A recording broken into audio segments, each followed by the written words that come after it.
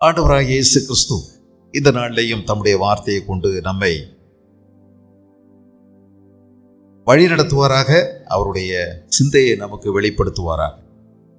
ஒரு 4 வசனங்களை இந்த நாளிலே நாம் கவனிக்க போகிறோம். யாக்கோபு சபைகளுக்கு எழுதின பொதுவான நிருபம் 4ஆம் அதிகாரம் 13வது வசனம், 14, 15, 16 ஆக 4 வசனங்களை இந்த நாளிலே நாம் கவனிக்க போகிறோம். 4ஆம் அதிகாரம், யாக்கோபு 4ஆம் அதிகாரம் 13, 14, 15, 16. மேலும் நாங்கள் இன்றைக்கு அல்லது நாளைக்கு இன்ன பட்டணத்திற்கு போய் அங்கே 1 வருஷம் தங்கி வியாபாரம் செய்து சம்பாத்தியம் பண்ணுவோம் என்கிறவர்களே கேளுங்கள். நாளைக்கு நடப்பது உங்களுக்கு தெரியாதே. உங்கள் ஜீவன் எப்படிப்பட்டது? கொஞ்ச காலத்திலே தோன்றி பின்பு தோன்றாமற் போகிற புகையை போல் இருக்கிறதே. ஆதலால் ஆண்டவருக்கு சித்தமானால் நாங்களும் உயிரோடு இருந்தால் இன்னின்னதை செய்வோம் என்று சொல்ல வேண்டும். இப்பொழுது உங்கள் வீம்புகளில் மேன்மை பாராட்டுகிறீர்கள். இப்படிப்பட்ட மேன்மை பாராட்டல் யாவும் பொல்லாங்காயிருக்கிறது. இந்த 4ஆம் அதிகாரத்தில், 3ஆம் அதிகாரத்தில், 2ஆம் அதிகாரம், 1ஆவது அதிகாரம் முழுவதுமே கிறிஸ்தவர்களுக்கு, ஏற்கனவே கர்த்தரை அறிந்தவர்கள், சபை கூடி வருகிறவர்கள், வசனத்தை கேட்கிறவர்கள், அவர்களுக்குள்ளே செய்யப்பட வேண்டிய ஒழுங்குகள், சீர்திருத்தப்பட வேண்டிய விஷயங்கள், சரி செய்ய வேண்டிய அநேக முரண்பாடான விஷயங்கள், அதிலும் முக்கியமாய் நம்முடைய குணாதிசயங்களில், நம்முடைய மனோபாவங்களில், நம்முடைய எண்ணங்களில், நம்முடைய உணர்வுகளில் அடிப்படையாய் வரவேண்டிய தெய்வீக மாற்றம், தெய்வீக சுபாவம், இதைத்தான் அநேகம் எழுதுகிறார். நம்ம பொதுவாக நம்முடைய பக்தியை நாமே மெச்சிக்கிடுவோம், நிறைய பேர் மெச்சிக்கிடுவாங்க. ஆனால் அவர் மெச்சலை. பரிசுத்தாவியானவருடைய அபிஷேகத்தில் நிறைந்து இந்த வசனங்களை எழுதும் போது ஒருவன் தன்னை தேவ பக்தி உள்ளவன் என்று எண்ணினாலும் அவன் தன் இருதயத்தை வஞ்சித்து தன் நாவை அடக்காமல் இருந்தால் அவனுடைய தேவ பக்தி வீண் என்று மிக கூர்மையாக சொல்லிவிடுகிறார். தயவு தாட்சண்யம் இல்லாமல் சரியாக சொல்லிவிடுகிறார். இது பரிசுத்தாவியானவரால் ஏவப்பட்டு எழுதப்பட்டது. பாருங்கள், ரொம்ப கடினமான வார்த்தைகள் சில நேரங்களில் பயன்படுத்துகிறார். விபச்சாரரே, விபச்சாரிகளே, சபையாரை பார்த்து சொல்லுகிறார். உலக சிநேகம் தேவனுக்கு விரோதமான பகையா இருக்கிறது என்று கடுமையான வார்த்தைகளில் அவர்களை எச்சரிக்கிறார். ஆகவே திருத்திக் கொள்ள வேண்டும் என்று சொல்லுகிறார். அதனுடைய உலகத்தனம் அல்லது உலக சிந்தை அல்லது உலகத்தை ரகசியமாய் நேசிப்பது அல்லது உலகத்தாரை போல நம்முடைய வாழ்க்கை முறையை அமைத்துக் கொள்வது, விசுவாசிகளாக இருந்தாலும் சத்தியத்தை அறிகின்ற அறிவை அடைந்து நாம உலகத்தாரை போல நடந்து கொண்டால் அதனுடைய பாதிப்பு என்பது பயங்கரமானது என்பதை உணர்ந்த யாக்கோபு கடுமையான வார்த்தைகளில் பேசுகிறார். ஆகவே அவர் அதை புரிந்து கொண்டிருக்கிறார். பரிசுத்தாவியானவர் அதனுடைய பயங்கரத்தை அவருக்கு சொல்லிக் கொடுத்திருக்கிறார். அநேக சபைகளை, அன்றைக்கு இருந்த ஆதி திருச்சபைக்கு பிஷப்பாக இருந்தவர், மேல் உயர் அதிகாரியாக இருந்தவர் அவர். பேதுருவா இருக்கட்டும், யோவானா இருக்கட்டும், மற்ற சீடர்களா இருக்கட்டும், எல்லாரும் இவர் கீழே தான் இருந்தாங்க. பவுல் அப்போஸ்தலன் கூட எல்லாரும் இவர்கிட்ட தான் கலந்து ஆலோசித்து இவருடைய கடைசி முடிவுக்காக எல்லாரும் காத்திருந்தார்கள். இப்படி அதிகாரமிக்க முதற் பொறுப்பில், மேல் பொறுப்பில் இருந்த இந்த யாக்கோபு என்ன கடுமையான சாட்டை அடி போல ஒவ்வொரு கிறிஸ்தவ சபைக்கும் சொல்லி சீர்திருத்தம் செய்கிறார். சபைக்குள்ளே எழுப்புதல் வேண்டும். சபைக்குள்ளே எழுப்புதல் உண்டாகுமானால், கிறிஸ்தவர்கள் மாற்றிக்கொள்வார்களானால், இயேசுவை போல அவர்கள் நடந்து கொள்வார்களானால், நிச்சயமாய் அவர்களை சுற்றி இருக்கக்கூடிய மக்கள் மத்தியிலே இயேசு மகிமைப்படுவார். அநேகர் இயேசுவை அறிந்து கொள்வதற்கு வாய்ப்பாகும். ஆகவே இந்த உலகத்தனம், உலக சிநேகம், அதற்கு எதிராக கடுமையான அவர் ஒரு நிலைப்பாட்டை எடுத்துக் கொள்ளுகின்றார். இப்பொழுது இந்த உலகத்தனம் என்பது அதிலே வெறுப்பு, கசப்பு, கோபம், வைராக்கியம், விரோதம், வாக்குவாதம், சண்டைகள் எல்லாம் இருக்கிறது. இதெல்லாம் விசுவாசிகளுடைய இருதயத்தில் மலிந்து கிடக்கிறது. இவைகளெல்லாம் சீர்திருத்தப்பட வேண்டும். இயேசுவின் சுபாவத்திற்கு அவர்கள் மாற வேண்டும். இயேசுவை போல மாற வேண்டும் என்றெல்லாம் சொல்லுகிறார். அதற்கு என்னென்ன ஆலோசனைகள் என்று சொல்லுகிறார். நம்மில் வாசமாயிருக்கிற பரிசுத்த ஆவியானவர் நம்மீது வைராக்கிய வாஞ்சையாயிருக்கிறார். நாம் ஒரு சின்ன தவறு கூட செய்வதை அவரால் பொறுத்து கொள்ள முடியாது. ஒருவேளை நீங்க ஒரு அசுத்தமான பாடலை கேட்பது, ஒரு அசுத்தமான படத்தை பார்ப்பது, அல்லது ஒரு சினிமாவை பார்த்து ரசிப்பதை பரிசுத்த ஆவியானவரால் பொறுத்து கொள்ள முடியாது. என்னை சிநேகிக்கிற என்னுடைய ஜனம் இப்படி ரகசியமாய் இன்னும் ஒன்றை சிநேகிக்கிறார்களே என்பதை அவரால் பொறுத்து கொள்ள முடியாது. அவர் நம்மீது வைராக்கிய வாஞ்சி உள்ளவராக இருக்கிறார். ஆனால் நம்மில் நிரந்தரமாக அநேக பேர் சினிமா பார்க்கிறவர்களாக இருக்கிறோம். வீட்டில் டிவி இருக்குது, உங்க இஷ்டம் தான். இப்போ தியேட்டருக்கு போக வேண்டியதில்லை. நான்லாம் சிறுவனாக இருந்த காலத்தில் தியேட்டர்லாம் போனோம் சினிமா பார்க்க. ரொம்ப கஷ்டமானது. எல்லாரும் வந்து நெரிப்பார்கள். அங்கே ஊருக்கு ஏதாவது ஒரு தியேட்டர் இருக்கும். அந்த தியேட்டருக்குள்ளே சினிமா பார்க்கணும் அப்படின்னா அது இந்த லீவு நாளில் சில நேரங்களில் 2 தடவை 3 தடவை போட்டுருவாங்க. ஏப்பா கூட்டம் பயங்கர கூட்டமாக இருக்கும். அதில் டிக்கெட் எடுக்கிறது அப்படின்னு சொன்னால் இந்த இடுக்கமான வாசல் வழின்னு நீங்கள் எங்கேயாவது பார்த்துருந்தீங்கன்னா அதுதான் அங்கே தான் இருக்கும். அது ரொம்ப தூரம் இப்படி போய் பிறகு திரும்பி இப்படி வந்து திரும்பி இப்படி போய் திரும்பி அப்படி வந்து ஐயோ, இதுக்குள்ள சும்மா மூச்சு முட்டி திணறி வேர்த்து விறுவிறுத்து எல்லாம் நனைஞ்சு ஒரு வழியாக தர டிக்கெட் எடுத்துட்டு போய் தரையில் விழுந்துட்டா அங்கே எல்லாம் மூட்டை பூச்சியாக இருக்கும். அப்புறம் இப்படி தாங்க சினிமா பார்க்குறது அன்னைக்கு. ஆனால் இன்னைக்கு அப்படி இல்லை. உங்கள் கையடக்க செல்ஃபோனுக்குள்ள எல்லாமே இருக்கு.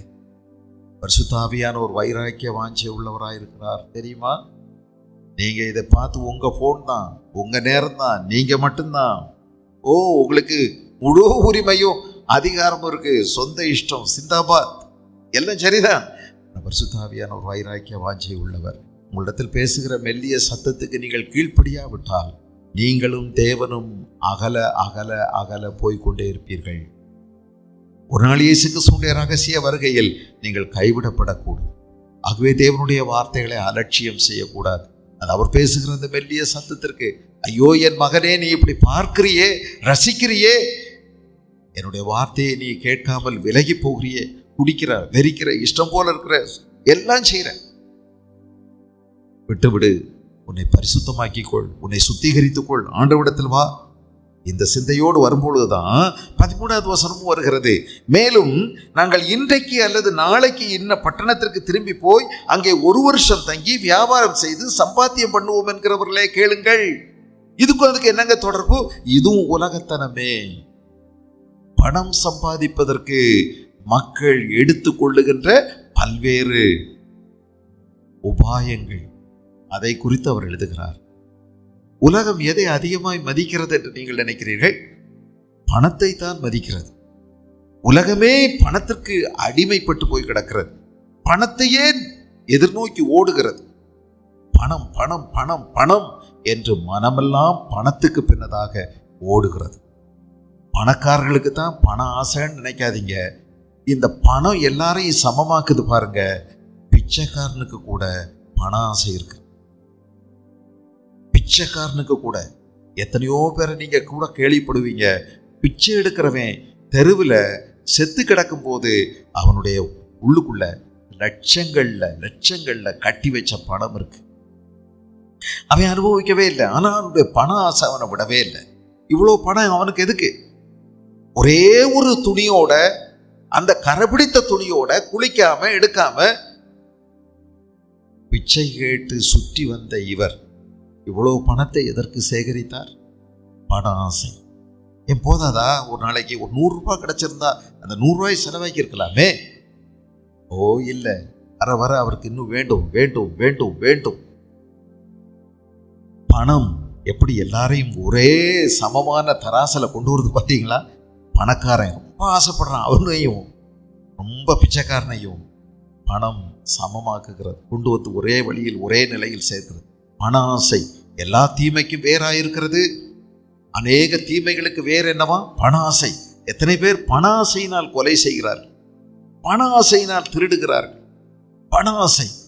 அதனால் எத்தனை பேர் ஜெயிலில் போறாங்க, எவ்வளோ பேருடைய குடும்பம் சீரழிகிறது, பண ஆசை இல்லையா? எத்தனை பேர் வீட்டை விற்கிறாங்க, பண ஆசை. எத்தனை பேர் சூதாட்டம் செய்யறாங்க? பண ஆசை. எத்தனை பேர் லாட்டரி டிக்கெட் எடுக்கிறாங்க? பண ஆசை.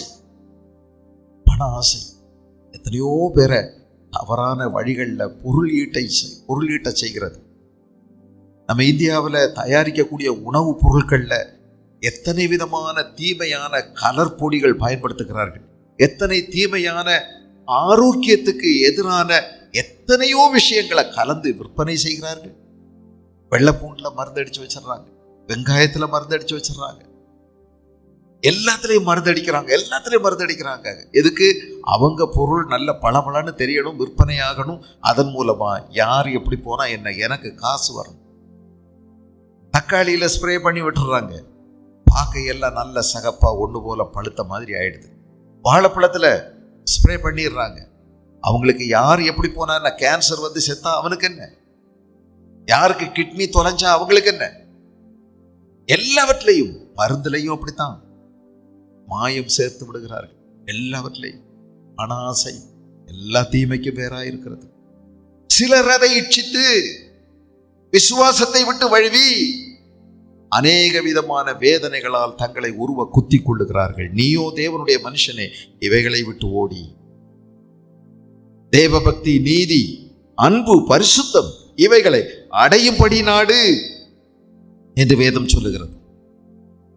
ஆகவே நாம் ஜாக்கிரதையா இருக்கணும். பண ஆசை ஒன்று எங்கெல்லாமோ கொண்டு போகுது. பணத்தை நம்பிக்கையான இடத்துல வைக்கிறதுல தப்பு இல்லை. ஆனால் பணத்தின் மேல நம்பிக்கை வைப்பது உன்னை சீரழித்து விடும். இங்கே சொல்லியிருக்குது, மேலும் நாங்கள் இன்றைக்கு அல்லது நாளைக்கு இன்ன பட்டணத்திற்கு போய் அங்கே ஒரு வருஷம் தங்கி வியாபாரம் செய்து சம்பாத்தியம் பண்ணுவோம் என்கிறவர்களே கேளுங்கள். அன்னைக்கு விசுவாசிகள் நிறைய இடங்கள்ல சிதறி போனாங்க. கிரீஸ், ஒருவேளை பக்கத்தில் இருந்த ஏத்தென்ஸ் அல்லது அலெக்சாந்திரியா பட்டணம், கொரிந்து பட்டணம் எல்லாம் நல்ல செழிப்பான பட்டணங்கள் தான். வியாபாரங்கள் செய்வதற்கு நல்ல கடலோரமான பட்டணங்கள். நிறைய வாங்கலாம், விற்கலாம், ஆடு மாடுகளை விற்பனை செய்யலாம், நிறைய பொருட்களை வாங்கலாம். விசுவாசிகள் போனா அங்க ஆண்டவரை பத்தியும் சொல்லலாம், கிறிஸ்தவங்களா வாழலாம். அப்படித்தானே நினைச்சாங்க இல்லையா? எலிமெலேக், நகோமி தங்களுடைய ஊர்ல பெத்லஹேமில் கொஞ்சம் மழை இல்லை, வறட்சி ஆகி போச்சு. அதனால தங்களுடைய சொந்த நிலத்தை யார்கிட்டையும் அடமானம் வச்சுட்டு பணத்தை வாங்கிக்கிட்டு மோவாப் தேசத்திற்கு போய்விட்டார்கள். எதற்கு? பணம் ஈட்டுவதற்கு. எதுக்கு? வசதியான வாழ்க்கையை தேடி போனார்கள். அங்க போன இடத்துல பணம் தான் ஈட்டினாங்க கொஞ்சம். இப்ப பாருங்க, எல்லாத்தையும் பழகிட்டாங்க. பையங்க 2 பேரு அங்க இருக்கக்கூடிய நல்ல பொண்ணுகளை செலக்ட் பண்ணிக்கிட்டாங்க. ஆனா நடந்தது என்ன? ஒவ்வொன்றாக மரித்து போனார். கடைசியில் மிஞ்சினது 3 விதவைகள். நகோமி புருஷன் இறந்தாச்சு, தன்னுடைய 2 ஆண் மக்களும் இறந்து அங்கேயே அடக்கம் பண்ண வேண்டிய நிலை, அவல நிலை.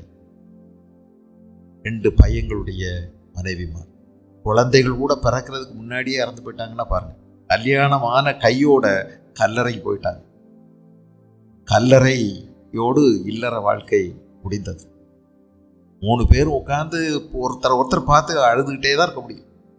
என்ன சாபமோ, என்ன ஆச்சோ, ஏதாச்சோ, இப்படி வந்து இந்த வீட்டில் தொலைஞ்சிட்டோமே, எல்லாம் அப்படித்தான் யோசிப்பாங்க. இவங்களுடைய சொந்த திட்டத்தின்படி போனார்கள்.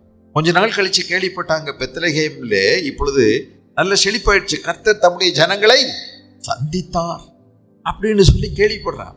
அங்க இருந்தவங்க எல்லாம் இருக்கத்தானே செஞ்சாங்க. சொந்த ஆலோசனை, சொந்த அபிப்பிராயம், தேவனை ஒதுக்கி வைத்துவிட்டு அவர்கள் திட்டமிட்டார்கள். Self centred planning. ஹலோ, திட்டமிடுவதில் தப்பே கிடையாது. திட்டமிட வேண்டும். வாழ்க்கையை நீங்க திட்டமிடலாம். இந்த இடத்துல படிக்க வைக்கணும், இந்த மாதிரி ஒரு வேலைக்கு நம்ம போகணும், தப்பு கிடையாது. இந்த மாதிரி ஒரு வியாபாரம் செய்யணும், கடை வைக்கணும், அல்லது இந்த மாதிரி ஒரு டாக்டர் ஆகணும், இதெல்லாம் திட்டங்கள் செய்வது தவறில்லை. திட்டங்கள் செய்யலாம். திட்டமிடுதல் என்பதற்கும், நீங்கள் திட்டமிடும் போது உங்களை மையமாக வைத்து திட்டமிடுவதுதான் பேராபத்தை கொண்டு வருகிறது. மனிதனை மையமாக வைத்து உங்களை, உங்களுடைய குடும்பத்தை, இதனுடைய அடித்தளத்தில் இருக்கக்கூடிய பண நோக்கத்தை, பண ஆசையை அடிப்படையாக வைத்து நாம் திட்டமிடும் போது தேவனை நாம் ஒதுக்கி வைத்து விடுகிறோம். கர்த்தரை நம்ம மனசுல ஏற்றுக்கொள்றதில்ல. நீதிமான்களுடைய அடிகளை கர்த்தர் உறுதிப்படுத்துகிறார் என்பதற்கு நம்ம கொண்டு போகிறதில்லை. ஆண்டவர்கிட்ட வச்சு நம்ம கேட்கறதில்ல. ஆண்டவரே, நான் இப்படி யோசிக்கிறேன், இது சரியா இது சரியில்லையா, என்னை நீங்க வழி நடத்தணும், எனக்கு ஆலோசனை தரணும், நான் உங்களுக்காக காத்திருக்கிறேன், என்கிட்ட பேசுங்க. குதிரை யுத்த நாளுக்காக ஆயத்தமாக்கப்படும், ஜெயம் கர்த்தரால் வரும் என்று சொல்லப்பட்டிருக்கிறதே. நீங்க எனக்கு ஆலோசனை தாங்க, நீங்க நல்ல ஆலோசனை கர்த்தராயிட்டே என்று ஆண்டவரிடத்தில் போகாமல் சுயமாக சொந்தமாக தேவனை ஒதுக்கி வைத்து விட்டு நாம் ஆலோசனை செய்கிறோம். நம்முடைய சுய ஞானத்தை சார்ந்து கொள்ளுகிறோம். நீ உன்னை ஞானி என்று எண்ணாதே. உன் வழிகளை கர்த்தருக்கு ஒப்புவித்து கர்த்தர் மேல் நம்பிக்கையாயிரு. அவர் உனக்கு காரியங்களை வாக்கி செய்வார். ஆனா நாம் அப்படி செய்யறதில்லை. அநேக நேரங்கள்ல நாம திட்டமிடுகிறோம். அது சுயநலமான, சுயம் சார்ந்த, என்னை மையமாக வைத்து நான் செய்கின்ற திட்டங்கள். அது எத்தனை முறை நம்மை வேதனைப்படுத்தி விடுகிறது. சில நேரங்களில் நம்ம முன்னேறி போயிட்டே இருக்கிற மாதிரி இருந்தாலும் தேவனை ஒதுக்கி வைத்து விட்டு நீங்கள் ஒரு நாளும் முன்னேற முடியாது. ஆண்டவர் சொன்னார், நான் நானாகவே இருக்கிறேன் என்று சொன்னார். அது கூட நீங்க என்ன வேணாலும் போட்டுக்கலாமே. அது கூட அந்த வார்த்தையின் கூட, நான் உங்களுக்கு ஆறுதல் அளிக்கிறவராய் இருக்கிறேன், நான் உங்களை வழிநடத்துகிறவராய் இருக்கிறேன், நான் உங்களோடு என்றென்றும் இருக்கிறேன், நான் உங்களை சுகமாக்குகிறவராய் இருக்கிறேன், நான் உங்களை ஆறுதல் படுத்துகிறவராய் இருக்கிறேன், நான் உங்கள் சமாதானத்தின் தேவனாய் இருக்கிறேன். இந்த சமாதானத்தின் தேவன், ஆசீர்வதிக்கிற தேவன், சுகமாக்குகிற தேவன், கண்ணீரை துடைக்கிற தேவன், சர்வ வல்லமை உள்ள தேவன், இந்த தேவனை ஒதுக்கி வச்சுட்டு நீங்க எப்படிங்க நீங்க வாழ்க்கைக்கு வெற்றியா போக முடியும்? நீ என்ன வேணாலும் போட்டுக்கோ, ஆனா நான் உனக்கு இப்படி இருக்கிறேன்னு சொன்னவரை நம்ம ஒதுக்கி வச்சுட்டு நாமளா செய்துக்கிட்டே இருந்தோம்னா நம்ம என்னைக்கு முன்னேறுவோம்? நீங்க முன்னேறுவீங்க, ஆனால் கர்த்தரால் முன்னேற முடியாது. ஆனால் இறுதியில் உங்களுக்கு தோல்வி தட்டுப்படும், வேதனை தட்டுப்படும். முடிவு அதுதானே. நீங்க பாருங்க, பிரசங்கியின் புஸ்தகம் முடிவு என்ன சொல்லுகிறது? மாயை, மாயை, எல்லாம் மாயையும் மனதுக்கு சஞ்சலவுமாய் இருந்தது. கடைசி முடிவு என்ன? திருப்பி பாருங்க, என்னத்தை சாதிச்சு முடிச்சிட்டீங்க? ஒருவேளை நீங்க வீடு கட்டியிருக்கலாம், ஒருவேளை தோட்டம் வாங்கியிருக்கலாம். ஆனா என்னங்க ஆச்சு? அதனால என்ன உனக்கு ஆச்சு? என்ன தேவன் மகிமைப்பட்டாரா? அதனால உன் வாழ்க்கையில நீ அவர் கொடுக்கிற சமாதானத்தோட வாழ்ந்தியா? அவர் உனக்கு இந்த பூமியில வச்சிருந்த லட்சியம் நிறைவேற்றப்படும்படி அவர் உன்னை நடத்தினாரா அப்படின்னு பார்த்தா இல்ல. வெறுமை, வேதனை, துயரம், அத்தனையும் சண்டைக்கும் பிரச்சனைக்கும் பல காரணங்களாகி விடுகிறது. தேவனுடைய ஐஸ்வர்யம், தேவன் தருகிற ஐஸ்வர்யம் ஆசீர்வாதமானது. அதோடு வேதனைகள் இருக்காது. ஆனால் நாம பல வேதனைகள் அதோடு கூட கூடி வந்து விடுகிறது. நாம சுயமாக திட்டமிடுகிறோம், தேவனை ஒதுக்கி வைத்து விட்டு நாம திட்டமிடுகிறோம் இல்லையா? அதனால ஏற்படுகிற விபரீதங்கள் நிறைய இருக்கு. இன்னும் நீங்க கவனிச்சீங்கன்னா, இப்படி திட்டமிடும் போது அங்க ஒரு வார்த்தை சொல்லியிருக்கு 14வது வசனத்துல, நாளைக்கு நடப்பது உங்களுக்கு தெரியாதே, உங்கள் ஜீவன் எப்படிப்பட்டது, கொஞ்ச காலம் தோன்றி பின்பு தோன்றாமற் போகிற புகையை போல் இருக்கிறதே. நீங்க உங்களை மையமா வச்சு ஒரு திட்டம் தீட்டும் போது இதை கணக்கில் எடுக்க மாட்டீங்க. ஆனா தேவனை மையமா வச்சு நீங்க காட் சென்டர்ட் பிளானிங் அது இருக்குது பாருங்க, அதுல இது வந்து விடுகிறது. ஆகவே நாங்கள் உயிரோடு இருந்தால், கர்த்தருக்கு சித்தமானால் இன்னதை செய்வோம் என்று சொல்லுங்கள். பாருங்க, இன்னைக்கு நாளைக்கு நடப்பது உங்களுக்கு தெரியுமா? என்ன நடக்கும்? போன புதன்கிழமை அதிகாலையில் இல்ல, காலையில தைவான்ல ஏற்பட்ட நிலநடுக்கத்தை பாருங்கள். 7.4 கட்டடங்கள் எல்லாம், மிகப்பெரிய கட்டடங்கள் எல்லாம் சரிந்தது. அநேக உயர்ந்த பெரிய கட்டடங்கள் சாய்ந்து அப்படியே நிற்கிறது. இனி அதிலே மனிதன் குடியிருக்க முடியாது. ஒரு நொடியில் எவ்வளவாய் பூமி அசைந்து, அதனுடைய அடித்தளம் அசைந்து எல்லாம் சரிந்து விட்டது. இது போன்று எத்தனை சம்பவங்களை நாம கேள்விப்படுகிறோம். என்ன நடக்கும் நாளைக்கு தெரியாது. நீங்க திட்டமிடும் போது எப்படி திட்டமிடுறீங்க? ஓ, உலகம் இன்னும் ஒண்ணுமே ஆகாது, உலகம் இருந்த மாதிரியே இருந்துட்டு இருக்கு, அப்படித்தான் நிறைய பேர் நினைக்கிறாங்க. இல்ல, உலகம் இருந்த மாதிரி இல்லை. நீங்க வேணா போய் பாருங்க, கொஞ்சம் காசு செலவு பண்ணி போய் பார்க்கணும். ஆனா நீங்க நம்பலன்னா சோதோம் கொமோரா இன்றைக்கும் இருக்கிறது. அதை தேவன் கவிழ்த்து போட்டார். வானத்திலிருந்து அக்கினியும் கந்தகமும் இறங்கி எரித்து அழித்தது. இன்றைக்கும் இருக்கிறது. நீங்க போய் சும்மா இப்படி பிடிச்சு பார்க்கலாம். அதுல இருந்து பொறுப்பொருவா அது பாட்டுக்கு கல்லுமா இருக்கிறது, அப்படியே பொடிஞ்சு விழுது, மணல் மாதிரி அப்படி மாறுது. குடியிருக்க முடியாது, வீடு கட்ட முடியாது, அஸ்திவாரமே கிடைக்காது. எங்க போய் நீங்க வீடு கட்டுவீங்க? இன்னைக்கு வரைக்கும் ஆள் சஞ்சாரம் இல்லாமல் ஆகி போனது. அன்றைக்கு இருந்த உலகத்தை ஆண்டவர் கவிழ்த்து போட்டார். நோவாவையும் அவருடைய குடும்பத்தாரில் 7 பேரையும், மொத்தம் 8 பேர் பாதுகாக்கப்பட்டார்கள். நிஜம் இது. பூமியில் உள்ள எல்லா உயர்ந்த மலைகளுக்கு மேலாக தண்ணீர் எழும்பியது. 40 நாள் இரவும் பகலும் மழை பெய்தது. 150 நாள் தண்ணீர் ஏறிக்கொண்டே இருந்தது. எல்லா மலைகளுக்கு மேலாக தண்ணீர் நின்றது. உங்களுக்கு தெரியுமா, இமயமலை சிகரத்தின் மேல கூட மணல் இருக்கிறது, சங்கு இருக்கிறது, தண்ணீர்ல கடல்ல உள்ளது. இது எப்படி அங்கே வந்தது? ஒரே ஒரு விளக்கம் தான். நோவா காலத்துல எல்லா மலைகளுக்கும் மேலாக தண்ணீர் போய்விட்டது, உயர்ந்து விட்டது. தேவன் அன்றைக்கு இருந்த பூமியை கவிழ்த்து போட்டார், சோதோம் கொமோராவை கவிழ்த்து போட்டார். இதெல்லாம் நமக்கு திருஷ்டாந்தங்களாய் எழுதப்பட்டிருக்கிறது. 1964 தனுஷ்கோடி கடலுக்குள்ள போயிடுச்சு. சில தீவுகள் கடலுக்குள்ள போயிடுச்சு, சில புதுசா தீவுகள் உருவாயிடுச்சு. நாளைக்கு என்ன நடக்கும் நமக்கு தெரியாது. நாம திட்டமிடும் போது, நம்மை மையமாக வைத்து நாம் தேவனை ஒதுக்கி வைத்து விட்டு திட்டமிடும் போது இதை கருத்தில் கொள்ளுகிறோமா? இல்லை, ஒண்ணுமே நடக்காது. எல்லாம் தெரியும், எல்லாம் இருக்கும், இன்னும் பூமி எத்தனையோ வருஷங்களுக்கு இருக்கும் அப்படின்னு நம்ம நினைக்கிறோம். நாளைக்கு நடப்பது உங்களுக்கு தெரியாது. உங்கள் ஜீவன் எப்படிப்பட்டது? நம்ம இன்னும் 100 வயசு வரைக்கும் இருப்போம்னு நம்ம நினைக்கிறோம். அசைக்க முடியாது எவரும். இவருடைய அலைதான் நாட்டிலே இப்போ அடிக்குது அப்படின்னு சொல்லிக்கிடுவாங்கல்ல, அசைக்கவே முடியாது. என்ன அப்படிதான் தோணும். துன்மார்க்கன் தனக்கு ஏற்ற நிலத்தில் இருக்கக்கூடிய உறுதியான மரம் போல இருப்பான். ஆனா ஒரு நிமிஷத்தில் இல்லாமற் போய்விடுவான். மனுஷனுடைய வாழ்க்கை எவ்வளவு சீக்கிரத்துல எல்லாத்துக்கும் கேரண்டி கொடுக்க முடியுது, உறுதி கொடுக்க முடியும். நீங்க வாங்குற பொருள் எல்லாம் நீங்க கேட்டு வாங்குறீங்க. எத்தனை வருஷத்துக்கு இது கேரண்டி? எத்தனை வருஷம் இது உறுதி? ஒரு மிக்சி வாங்குறீங்க, ஒரு ஃப்ரிட்ஜ் வாங்குறீங்க, ஒரு ஃபேன் வாங்குறீங்க, 5 வருஷம் கேரண்டி, 7 வருஷம் கேரண்டி. முக்கியமான ஏதாவது போச்சுன்னா நாங்க மாற்றி தர்றோங்கிறாங்க. வாகனங்களுக்கு கேரண்டி கொடுக்கறாங்க. மனுஷனுடைய வாழ்க்கைக்கு கேரண்டி கொடுக்க முடியுதா? உறுதியற்ற, நம்பிக்கையற்ற, நிச்சயமற்ற ஒரு வாழ்க்கை. எங்க எப்போ எப்படி வேணாலும், வீட்டுக்குள்ளே விபத்து நடக்கலாம். வெளியில தான் வந்தா வண்டி வாகனம் மோதணுங்கிற அவசியம் இல்லையே, வீட்டுக்குள்ளே விபத்து நடக்கலாமே. இருக்க அப்படியே நாற்காலியில் சாகிறவர்கள் எத்தனை பேர்? நடக்க அப்படியே சுருண்டு விழுந்து எறும்பு போல இந்த வெயில்ல சாகிறவர்கள் எத்தனை பேர்?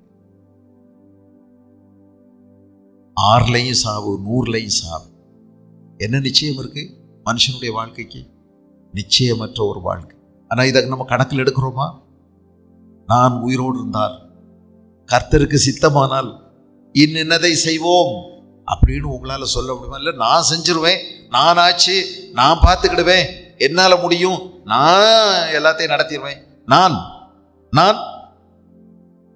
உங்க வாழ்க்கை எப்படிப்பட்டது? மிக மிக தற்காலிகமானது. ரொம்ப ரொம்ப பலகீனமானவர்கள் நாம்.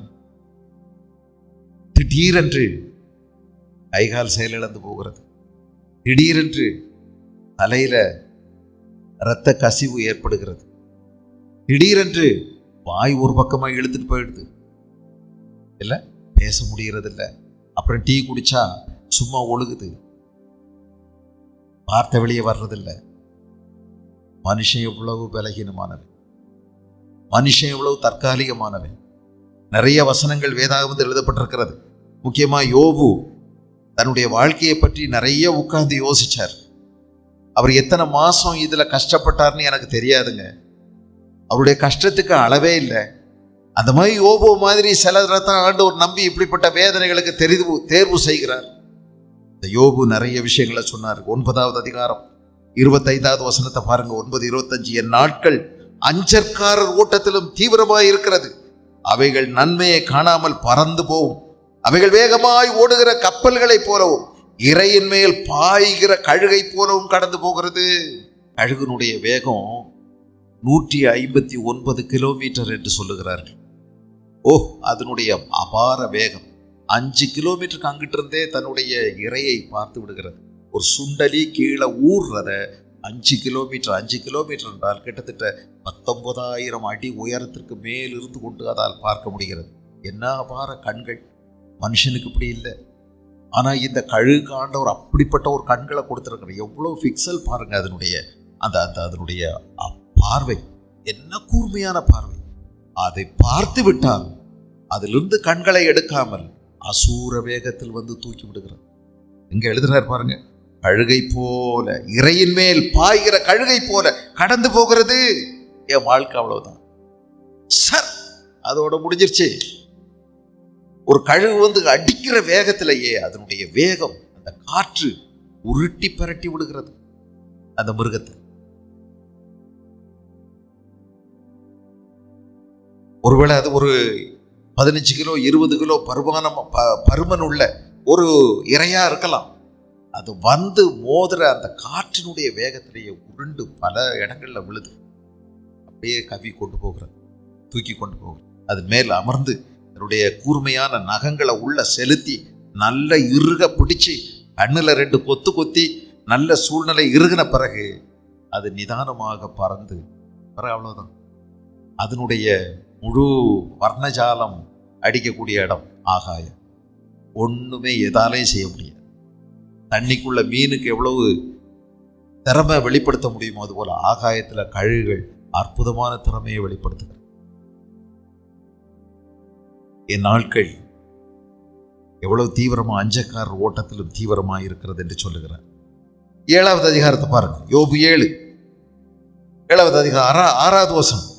என் நாட்கள் நெய்கிறவன் எரிகிற நாடாவிலும் தீவிரமாய் ஓடுகிறது. அவைகள் நம்பிக்கை இல்லாமல் முடிந்து போகும். நெய்கிறவன் எரிகிற நாடா. துணி நெய்கிற இடத்துல டக்கு டக்கு டக்கு டக்குன்னு ஒரு சத்தம் கேட்கும். நீங்க போய் பார்த்தீங்கன்னா தெரியும். பவர்லூம்ல ஒருவேளை பார்த்துருப்பீங்க. ஆனா கைனால நெய்கிறவங்க இடத்துல அந்த தள்ளி விடணும், வேகமா அதை தள்ளி விடணும். அப்போ அந்த நூலை எடுத்துட்டு அது அங்கிட்டு போகும். அங்கிருந்து தள்ளி விடணும், அந்த நூலை எடுத்துட்டு இங்கிட்டு வரும். நேர முன்னாடி பாவை போட்டிருக்கும் குறுக்க. அப்படித்தான் துணி நெய்கிறாங்க. என் பிராணன் காற்றை போல் இருக்கிறது. 7வது வசனம். என் கண்கள் இனி நன்மையை காணாமற் போகிறது என்று நினைத்தருளும். காற்றை போல இருக்குது. நெய்கிறவன் எரிகிற நாடா, அந்த நெய்கிறவன் எரிகிற நாடாவிலும் தீவிரமாய் ஓடுகிறது. நம்பிக்கை இல்லைன்னு சொல்றார். 14வது வசனத்தை பாருங்க. 14வது அதிகாரம் 14வது அதிகாரத்துல 1-2 வசனங்கள். ஸ்திரீனிடத்தில் பிறந்த மனுஷன் வாழ்நாள் குறுகினவனும் வருத்தமும் சஞ்சலமும் நிறைந்தவனுமாயிருக்கிறான். அவன் பூவை போல பூத்து அறுப்புண்டு போகிறான், நிழலை போல நிலை நிற்காமல் ஓடி போகிறான். நம்முடைய நாட்கள் வெறும் 4 விரற்கடை அளவாக்குனீர் அப்படின்னு கூட போட்டிருக்கு. 4 விரற்கடை அளவாக தேவன் நம்முடைய நாட்களை மாற்றியிருக்கிறார். அதாவது இஸ்ரவேலர்கள் அந்த நாட்கள்ல பயன்படுத்தின அளவுகள்ல ரொம்ப குறைஞ்ச ஒரு அளவுகள்ல ஒண்ணு என்னன்னா, இந்த 4 விரலை வச்சு இப்படி பார்க்கறது. உங்களுக்கு தெரியுமா, முந்தி நாம் இப்படித்தான் அளப்போம், இப்படி இப்படி வச்சு அளப்போம். 4 விரல், இது ஒரு அளவு. முழம் ஒரு அளவு, இது ஒரு சின்ன அளவு. 4 விரற்கடை. எங்களுடைய நாட்கள் 4 விரற்கடை அளவாக்குனீர். ரொம்ப குறுகியது வாழ்நாள். வாழ்நாள் ரொம்ப குறுகியது. இதை நம்ம எப்பவும் மனசுல வச்சுக்கணும். காற்று கொப்பா இருக்குது, சாய்ந்து போகிற நிழலு கொப்பா இருக்குது நம்முடைய வாழ்க்கை. புல்லில் உள்ள பூ கொப்பா இருக்குது. அஞ்சற்காரருடைய ஓட்டத்துக்கு ஒப்பா இருக்குது. மேகத்தை போல இருக்குது, மறைஞ்சு போயிடுது, திடீர்னு தோன்றி மறைஞ்சிருது. புகையை போல இருக்கு. மனுஷனுடைய வாழ்க்கை நிலையற்றது, தற்காலிகமானது, சீக்கிரத்தில் முடிவுக்கு வந்துவிடும், எதிர்பாராமல் முடிந்துவிடும். உங்க திட்டமிடுதல்ல கர்த்தரிடத்துல கேட்குறீங்களா? உங்களுக்கு நஷ்டம் இல்லாம உங்களை கொண்டு போகணும்னா அவரால் தான் முடியும். அதனால நம்முடைய நாட்களை நம்ம சரியா யோசிக்கணும். ஏதோ நாளைக்கு நடப்பது உங்களுக்கு தெரியாதே. உங்கள் ஜீவன் எப்படிப்பட்டது? கொஞ்ச காலம் தோன்றி பின்பு தோன்றாமல் போகிற புகையை போல் இருக்கிறதே. ஆகவே என்ன செய்ய வேண்டுமா? நாங்கள் உயிரோடு இருந்தால், அது மட்டும் இல்லை, ஆண்டவருக்கு சித்தமானால் நாங்கள் உயிரோடு இருந்தால் இன்னதை செய்வோம் என்று சொல்லுங்கள். இதை சொல்ல நீங்க பழகுவீங்களா? கர்த்தருக்கு சித்தமானால் நாளைக்கு வர்றேன், இப்படி சொல்லி பாருங்களேன். கர்த்தருக்கு சித்தமானா இதை நான் செய்கிறேன். கொஞ்சம் அதை மாற்றி பாருங்களேன். இது கொஞ்சம் பழக்கத்தில் வர்றது ரொம்ப கஷ்டமா இருக்கலாம். ஆனால் சொல்லி பாருங்களேன், கர்த்தருக்கு சித்தமா இருந்தா என்கிட்டயும் அப்படியே சொல்லுங்களேன். நாளைக்கு வாங்க, கர்த்தர் சித்தமானா நாளைக்கு வர்றேன் அப்படின்னு சொல்லுங்க. சரியான பதிலுங்க. நாங்கள் உயிரோடு இருந்தால் அப்படின்னு சொன்னால் அது நல்ல லட்சணமாக தோணாதுன்னு தெரிஞ்சதுன்னா மனசுக்குள்ளே மட்டும் அதை நினச்சிக்கிட்டுங்க. நானும் உயிரோடு இருந்தால், கர்த்தருக்கு சித்தமானால் இதை நாங்கள் செய்கிறோம், நாளைக்கு வந்து உதவி செய்கிறேன், நாளைக்கு வந்து இந்த காரியத்தை கொடுக்குறேன், நாளைக்கு உங்கள் ஊருக்கு வர்றேன், கர்த்தருக்கு சித்தமானால் நாளைக்கு வர்றேன் சொல்லி பாருங்களேன். ஃபோனில் பேசும்போது கூட கர்த்தருக்கு சித்தமானால், கர்த்தருக்கு சித்தமானால் அப்படி சொல்லும்போது கர்த்தரிடத்துலையும் ஒரு தொடர்பு வச்சுக்கிடுங்க. கர்த்தருக்கு சித்தமானால் பேச்சுக்காக அல்ல, அது தொடர்பு மனதில் இருக்கட்டும். ஆண்டவருக்கு சித்தமானால் நாம் உயிரோடு இருந்தால் தானே. இதை எப்பொழுதும் நினைவில் கொள்ளுங்கள். படுக்கைக்கு போனவங்க எத்தனையோ பேர் காலையில் எழுப்புறதில்லை. அவங்க நித்தியத்துக்குள்ள போயிடுறாங்க. இந்த உலகத்தில் வாழ்க்கை மிக மிக தற்காலிகமானது. எப்போ முடியும் என்று யாருக்கும் தெரியாது. உறுதியான ஒன்று மரணம் சம்பவிக்கும், ஆனால் உறுதியற்ற ஒன்று எப்போ மரணம் சம்பவிக்கும் என்று யாருக்குமே தெரியாது. ஆகவே நாம் ரொம்ப ஜாக்கிரதையோட கூட திட்டமிடும் போது திட்டமிடுங்கள். தேவனை மையமாக வைத்து அவர்கிட்ட கேட்டு விசாரித்து ஆலோசனை செய்து செய்யுங்கள். நான் உனக்கு போதித்து நீ நடக்க வேண்டிய வழியை உனக்கு காட்டுவேன், உண்மையில் என் கண்ணை வைத்து உனக்கு ஆலோசனை சொல்லுவேன் என்று சொல்லியிருக்கிறார் கர்த்தர். இந்த நல்ல ஆண்டவர் நம்மளை பிள்ளைகளை போல கரம் பிடித்து நடத்த விரும்புகிறார். கர்த்தர் உன்னை நித்தமும் நடத்தி மகா வறட்சியான காலங்களிலும் உன் ஆத்துமாவை நினமுள்ளதாக்கி உன் எலும்புகளை செழிக்கும்படி செய்வார். நீ நீர் பாய்ச்சலான தோட்டத்தை போலவும் வற்றாத நீரூற்றை போலவும் இருப்பாய் என்று வேதம் சொல்லும் போது இந்த நல்ல ஆண்டவர்கிட்ட நீங்க உட்கார்ந்து கேளுங்க. அவர் ஒரு நல்ல தகப்பன். அவருக்கு சர்வ ஞானமும் இருக்கிறது. அவர் உயரத்தில் இருக்கிறதுனால பின்னாடி உள்ளதை அவருக்கு நல்லாவே தெரியும். என்னென்ன நடக்குங்கிறது அவருக்கு நல்லா தெரியும். நமக்கான தெரியாதே. எத்தனை முறை நாம இப்படியெல்லாம் நம்ம திட்டமிடும் போது ஆண்டவருக்கு ஒண்ணு தெரியாதுன்னு சொல்லி நாமளே எடுக்கிறோம். எத்தனை பிள்ளைகள் திருமணம் வரும்போது நான் செய்யறதுதான் சரி அப்படின்னு சொல்லி தீர்மானம் எடுக்குது. எங்க அப்பா அம்மாவுக்கு புரியாது. நான் வாழக்கூடிய ஒருத்தரை தேர்வு செய்யறதுக்கு எனக்கு உரிமை இருக்கு அப்படின்னு நம்ம நினைச்சிடறோம். ஆனா உங்களுக்கு ஒரு ஏற்ற துணையை தேவன் கொடுக்க நல்ல தகப்பன். அவருக்கு தான் தெரியும் உங்களுக்கு எது ஏற்றது. நாம ஏற்குமாறா ஏடா கூடமா எத்தனை விஷயங்களை செஞ்சு கொடுறோம் இல்ல? அது எவ்வளவு துயரத்துல துக்கத்துல கொண்டு வந்து விடுது. ஆண்டவருக்கு தெரியுமே எது ஏற்றது, எது நல்லது, எது நன்மையானது. தேவனுடைய நன்மையும் பிரியமும் பரிபூர்ணமான சித்தம். 3 ரகம் இல்லை, ஆனால் இந்த 3 வழிகளிலும் சிறந்தது. முப்பரிமாணம் உள்ளது தேவனுடைய சித்தம். அது தேவனுடைய சித்தம் நன்மையும் பிரியமும் பரிபூர்ணமும். இந்த முப்பரிமாணம் உள்ள இந்த தேவனுடைய சித்தத்தை நாம் அங்கீகரித்தால் நம்முடைய வாழ்க்கையில இது போன்ற விபரீதங்கள், நம்முடைய வாழ்க்கையில் வேதனைகளில் நாம் சிக்கிக்கொள்ள மாட்டோம். அடுத்து இதை வாசிக்கும் போது 3வது இன்னொரு விஷயம் இவங்களுக்கு பிரச்சனையாகுது. என்ன? பணம் தான் வாழ்க்கையில ரொம்ப முக்கியமானது. அதை நோக்கமா வச்சு வாழ்ந்தா வெற்றி அடைஞ்சிடலான்னு நினைக்கிறாங்க. Success measured by money, treasures. வெற்றியை எதை வச்சு இன்னைக்கு மக்கள் கணிக்கிறாங்க அப்படின்னு நீங்க பாத்தீங்கன்னா, பணம், பொருள், ஆஸ்தி, அந்தஸ்து, செல்வாக்கு, இதைகளை வைத்து தான் நிறைய பேர் வெற்றியை கணிக்கிறாங்க இல்லையா? இன்னைக்கு நம்ம நாட்டில் உலக பணக்காரர்கள் நம்முடைய நாட்டில் இருக்காங்க. அதுலேயும் விசேஷம் என்னன்னா, கடந்த 10 வருஷத்துல டாப்புக்கு வந்தவங்க எல்லாம் இருக்கிறாங்க. ஐயோ, நம்முடைய உலகத்தில், நம்முடைய இந்தியாவில் வெறும் கொரோனா ஊசியை விற்று உலக பணக்காரனானவங்க எல்லாம் இருக்காங்க. இந்த மருந்தை போடலைன்னா பஸ்ஸில் ஏறப்படாது, லாரியில் போய் ஏறப்படாது, ட்ரெயினில் ஏறப்படாதுன்னு சொல்லி என்னத்தை ஊற்றி விட்டாங்களோ தெரியாது. எல்லாரும் ஊற்றி விட்டணும்னு சொல்லிட்டாங்கல்ல. ஆனால் உலக பணக்காரன் ஆயிட்டார் அவர், தெரியுமா? உலக பணக்காரன். பாருங்க, ஒரே நாட்டில் பணக்காரங்க ஆக்கிடுறாங்க. எல்லாம் சீர்கேடான முறைகள், தகாத முறைகள்ல, சட்டவிரோதமான முறைகள்ல, மனுஷனுடைய மனிதநேயமற்ற முறைகள்ல பணம் சம்பாதிப்பதற்கு என்ன வேண்டும் என்றாலும் செய்கிறார்கள். எவ்வளவு தூரம் வேண்டும் என்றாலும் அதற்காக போகிறார்கள். பணம் தான் முக்கியமா? பணம் தான் சக்சஸா, வெற்றியா? பணம் பணம் பணம் பணம். பணத்தை வைத்து வெற்றியை நிர்ணயிக்கிறார்கள். யார் வெற்றியாளன்? நிறைய பணம் இருக்கிறவங்க. 200 கோடி செலவு பண்ணி கல்யாணம் பண்ணா ஓஹோ வெற்றியாள், பெரியாள். வெற்றியை அதை வச்சு கணிக்கிறோம். பணம் உனக்கு வெற்றியை கொடுக்காது. பணம் உனக்கு சமாதானத்தை கொடுக்காது. பணம் உனக்கு பாதுகாப்பை கொடுக்காது உன் உயிருக்கு. மணி cannot give you security. Money cannot give you success. Safety அங்க வழி இல்லை. மணி cannot solve your problem. உன் பிரச்சனையை பணத்தால் தீர்க்க முடியாது. முடியுமா? தீர்த்திருந்தா தான் எத்தனையோ பேர் உயிரோட இன்னைக்கு இருந்திருப்பாங்க. பணம் இல்லை அப்படிங்கிறது ஒரு பிரச்சனையே இல்லை. ஆனா பணம் வச்சுக்கிட்டு எனக்கு பிரச்சனை தீர்ந்துதானா? இல்லவே.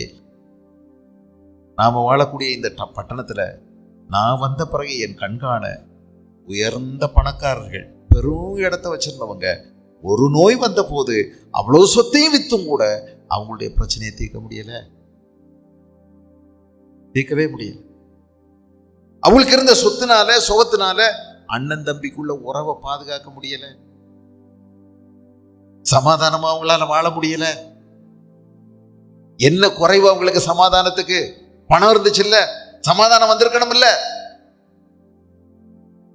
அதுதாங்க சமாதானத்துக்கு பெரிய எதிரியா மாறிச்சு, பணமே. ஆனா என்ன நினைக்கிறாங்க? நாங்க என்ன நாளைக்கு போய் இங்க போய் நிறைய சம்பாதிச்சு கொண்டு வந்து நாங்க வீட்டை வாங்குவோம், காட்டை வாங்குவோம், மாட்டை வாங்குவோம், ஆட்டை வாங்குவோம், ஆட்டம் போடுவோம் அப்படின்னா எப்படிங்க? முடியறதில்லை. பணத்தின் மேல அவ்வளவு பெரிய நம்பிக்கையா இல்ல? யோசிச்சு பாருங்க. இன்னைக்கு ஆண்டவரை தேடுறதே மனுஷன் எதுக்காக தேடுறான்? எதுக்காக போறான்? பணத்துக்காக தான் போறான். சாமியை தேடுறதே பணத்துக்கு தான். சாமிக்கு ஏன் காணிக்க கொடுக்குறான்? கொடுத்தா எங்க சாமி நிறைய பொத்துக்கிட்டு போடுவாரு, ஊரையை பிச்சுக்கிட்டு கொடுப்பாரு அப்படிங்கிறது தான். சும்மாயா கொடுப்பாங்க? தங்களுடைய எடைக்கு எடை பணம் கொடுக்குறவங்க இருக்கிறாங்க. சில்லற காசு, 5 ரூபா காசு நீங்க எவ்வளோ கட்டிட்டு போகலாம்ல, சேர்த்து வச்சு கொண்டு போய் எடைக்கு எடை உண்டியல்ல தட்டிட்டு வந்துடுறாங்க. நகையை கொடுக்குறாங்க, அதை கொடுக்குறாங்க. எது கொடுக்குறாங்க? திரும்பி வரும், இன்னும் நிறைய வரும். இது ஒரு சூதாட்டம் தானே. நான் இவ்வளவு போட்டா எனக்கு இவ்வளவு வரும். இயேசு கிறிஸ்துவை இந்த விதமா நீங்க கையாளக்கூடாது. 10 ரூபா கொடுத்தா எனக்கு 100 ரூபா கிடைக்கும். 1 பவுன் போட்டா எனக்கு 10 பவுன் கிடைக்கும். இல்லை. ஆனா ஒன்று தெரிந்து கொள்ளுங்கள், நீங்கள் தேவன் பேரில் உள்ள அன்பினால் கொடுத்தால் அவர் உங்களுக்கு பல மடங்காய் திருப்பி கொடுத்து விடுவார். ஒருவருக்கு கூட அவர் கடனாளியா ஒரு நாள் கூட இருக்க மாட்டார்.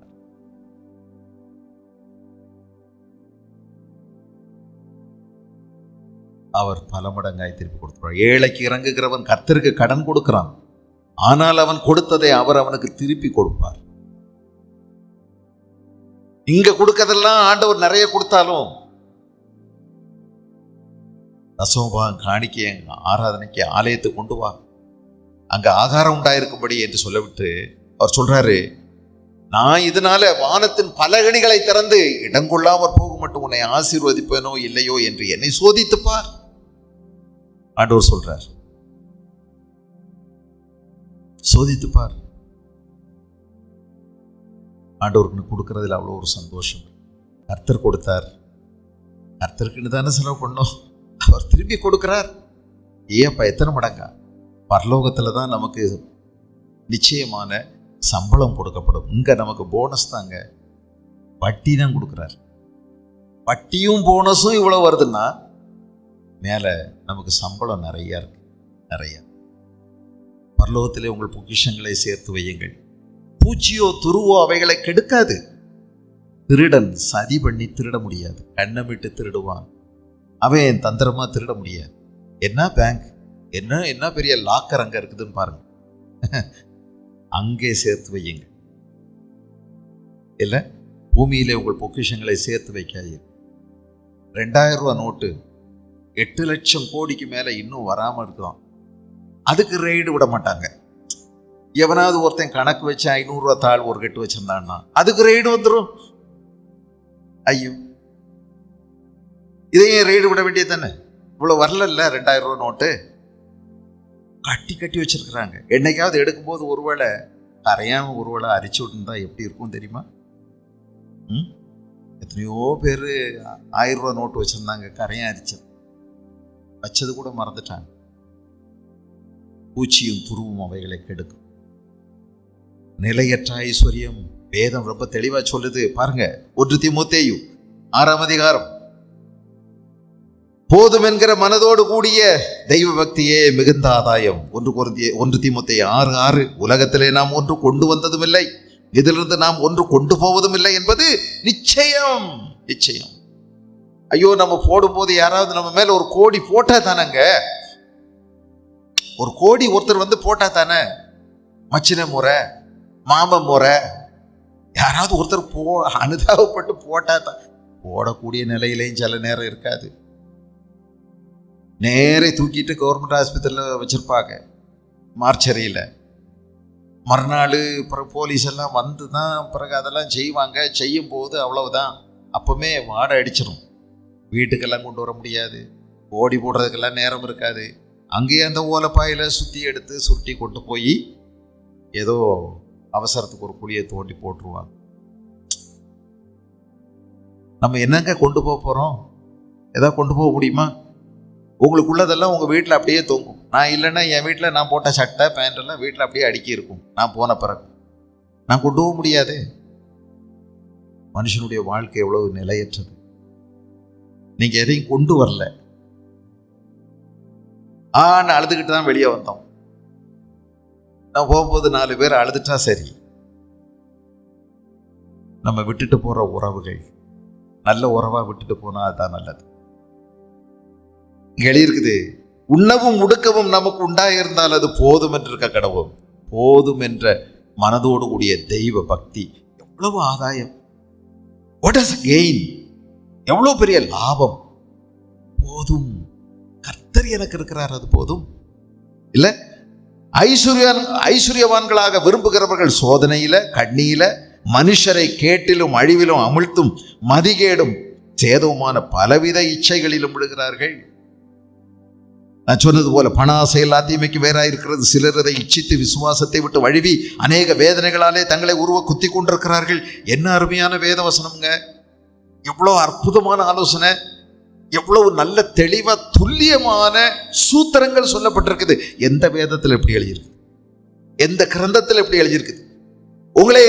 என்னை உண்டாக்குன இந்த தேவாதி தேவன் மனுஷனுக்கு எவ்வளவு அழகா சொல்லி கொடுத்திருக்கிறார் பாரு.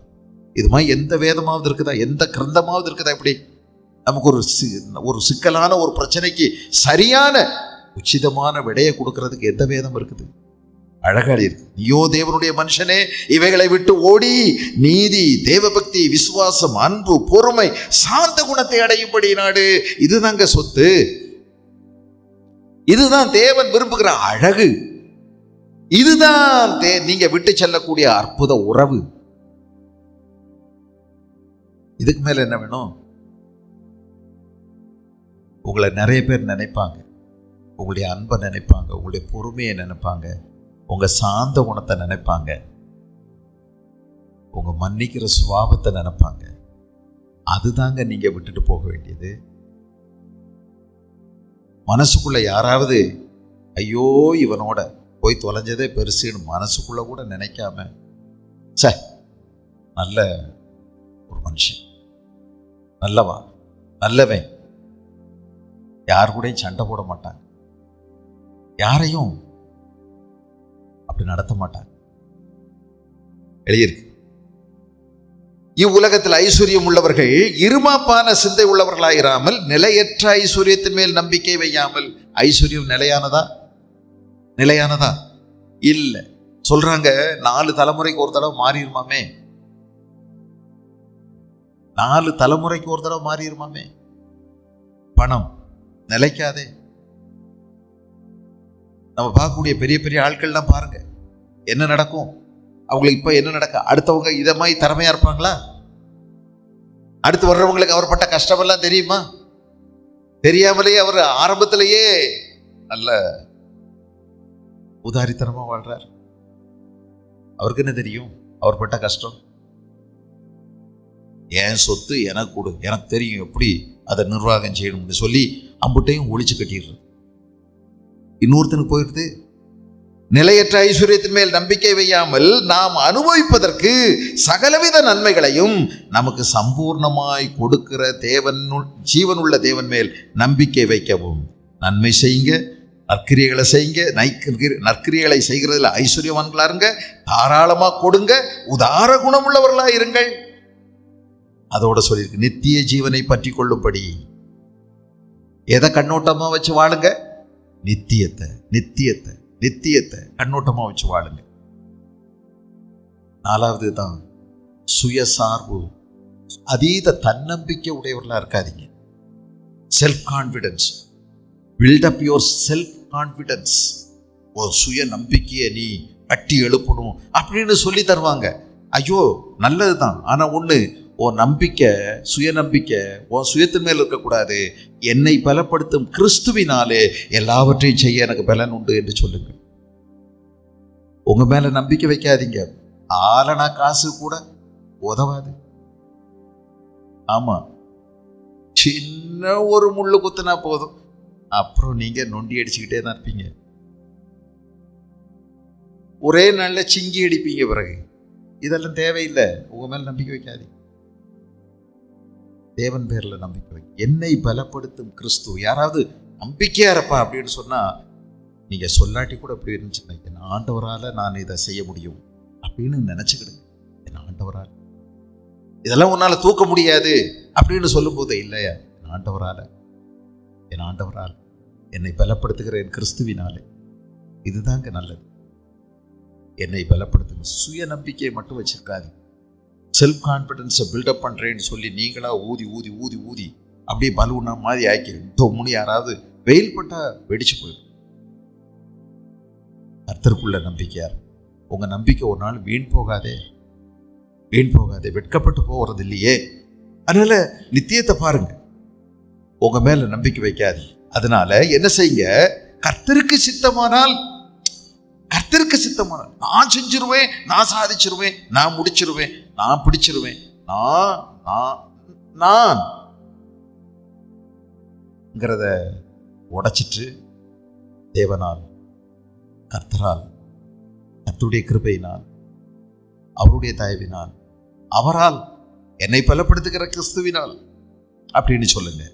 அதனால இருக்குது, என்னால முடியும்னு சொல்லிடாதீங்க.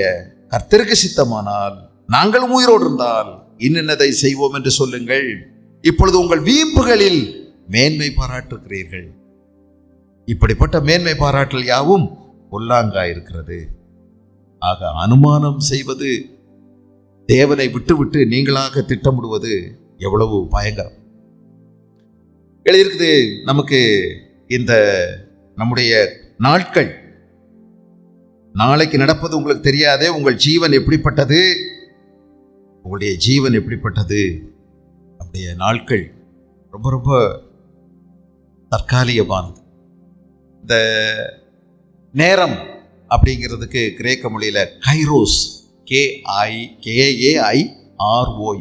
கைரோஸ் என்ற வார்த்தை பயன்படுத்தப்பட்டிருக்கிறது. நாட்கள் பொல்லாதவைகளானதால் காலத்தை பிரயோஜனப்படுத்திக் கொள்ளுங்கள். நாட்கள் கைரோஸ் அப்படின்னா வாய்ப்புகள் என்றும் அதை நாம் பார்க்கலாம். ஆப்பர்ச்சுனிட்டிஸ், வாய்ப்புகள்.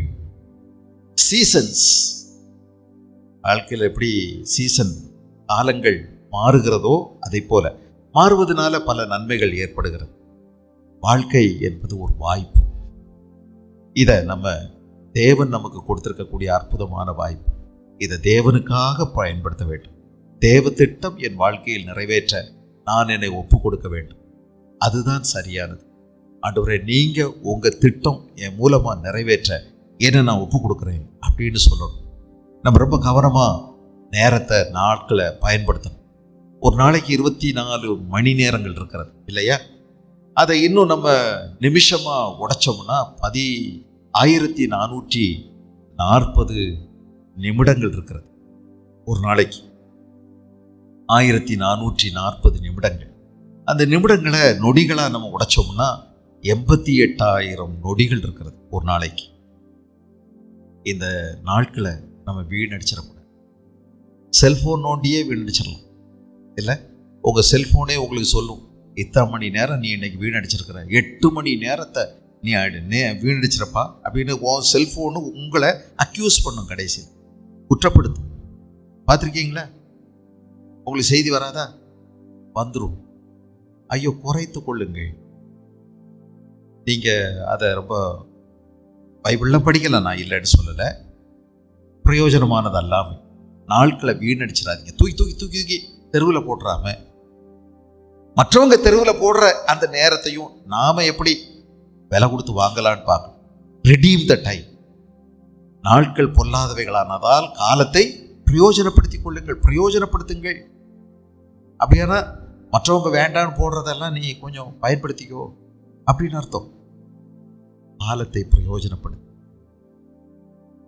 ஆதாயப்படுத்திக்கோ. நித்தியத்துக்காக பார். உலகம் முழுவதையும் மனுஷன் ஆதாயப்படுத்தினாலும் தன் ஜீவனை நஷ்டமாக்கினால் அவனுக்கு என்ன லாபம் இருக்கு? அதனால என்ன செய்யணும்?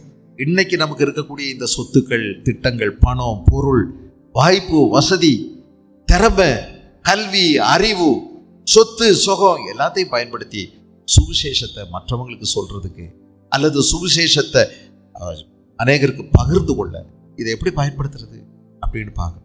நானும் எனக்குரியது எல்லாம் இயேசுவுக்கே, சுவிசேஷத்திற்கே என்று நாம் முடிவெடுத்தோம்னா நல்லா இருக்கும். நித்தியத்தையே நோக்கமாக வைக்கணும். இந்த உலகத்தில் விலை கூடின ஒரே ஒரு சொத்து ஆத்மா தான் இல்லை?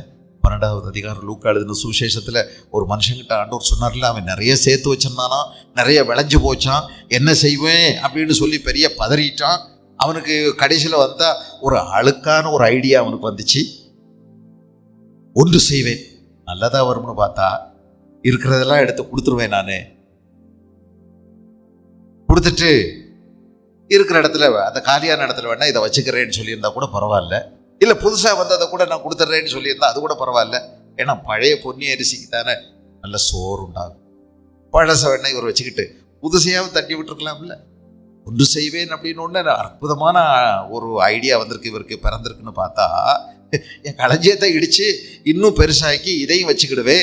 ஆத்துமாட்ட சொல்வாராம். என்ன சொல்வாராம்? ஆத்துமாவே, ஆத்துமாவே, உனக்காக நான் அநேக வருஷங்களுக்கு வேண்டியதை எல்லாம் சேர்த்து வச்சிருக்கிறேன். நீ புசித்து குடித்து ஊறிப்பாயிரு. எவ்வளோங்க இவர் சாப்பிடுவாரு? ஒரு நாளைக்கு எத்தனை கிலோ தான் சாப்பிடுவார்?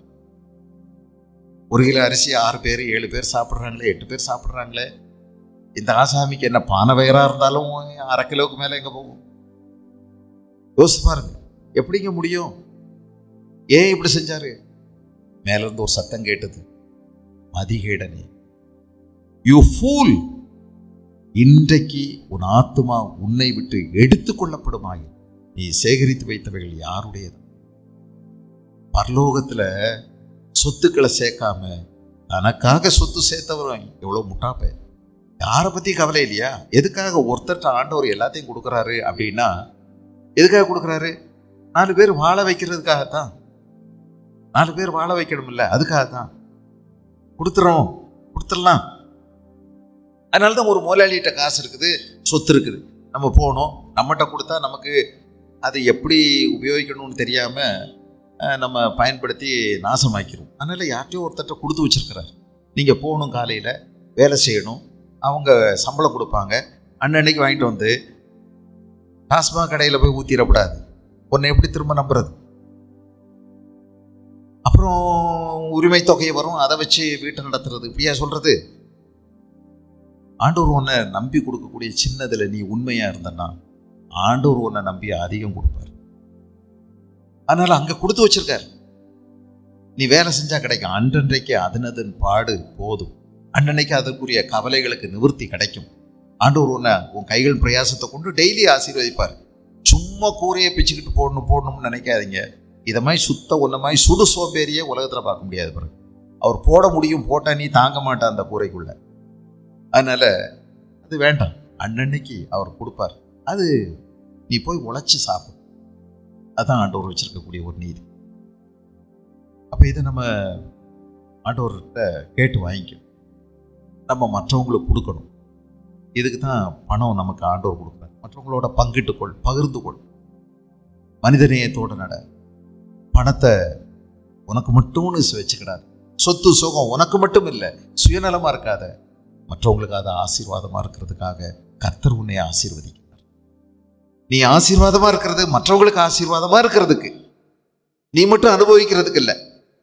அதுக்காகவே தான் ஆண்டவர் உன்னை ஆசீர்வதிக்கிறார். என்னை ஆசீர்வதிக்க ஆண்டவரே, நான் அநேகருக்கு ஆசீர்வாதமாக விளங்குறது அப்படின்னு கேளுங்க. அதான் நல்லது. ஆண்டவர் உங்களை நடத்துவார். அதனால் நம்ம கவனமாக இருக்கணும். கர்த்தரை மையமாக வச்சு திட்டமிடணும்.